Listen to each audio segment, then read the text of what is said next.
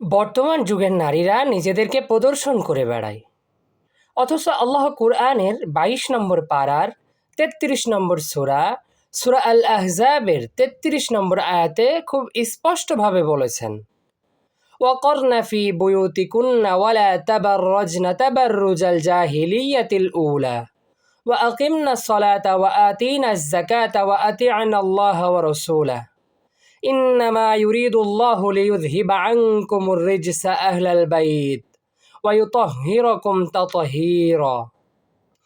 আর তোমরা নিজ গৃহে অবস্থান করবে, প্রাক জাহিলি যুগের নারীদের মতো সৌন্দর্য প্রদর্শন করো না।